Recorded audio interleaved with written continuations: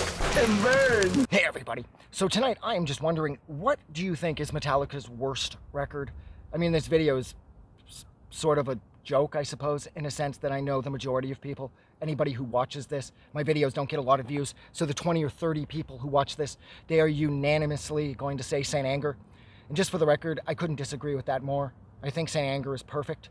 It was a return to form for Metallica, and I love the fact that they left solos off of it, and it was just sort of like this massive riffage thing that they went for. And I love, like, the drop C tuning made that record so chunky and hulking.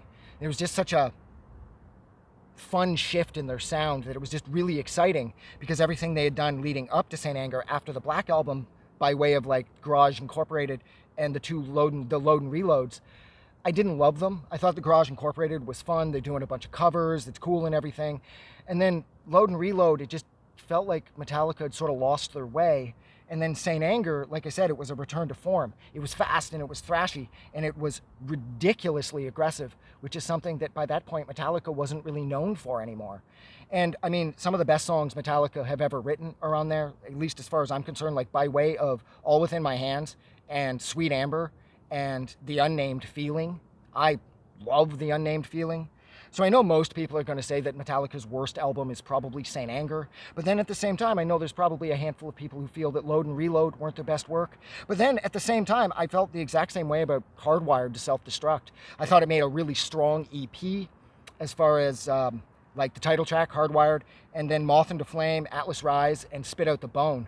Those 4 tracks were like classic Metallica, but the rest of Hardwired, the intros and the outros were way too long on each song. It almost started to get into that more like flatulent Greg Ginn territory. Sorry, though, from Black Flag. Greg, like from Black Flag, he was a hell of a guitar player, but I found that a lot of his stuff would get sort of prolonged, and he would just be constantly showing off his guitar skills, and it sort of hurt Black Flag's music from time to time. And that's exactly how I felt about Hardwired. The songs are just too long. They're a little too bluesy. So as far as like that record working, it works as an EP for me for the 4 songs that I mentioned a minute ago. And then their newest one, 72 Seasons, I just don't like that. I've listened to it a bunch, but I just don't care for it. So I know, like I said, most people are probably going to say Saint Anger, but then a bunch of people are bound to say Load and Reload too. But for me, I think Metallica's worst records are probably Load and Reload.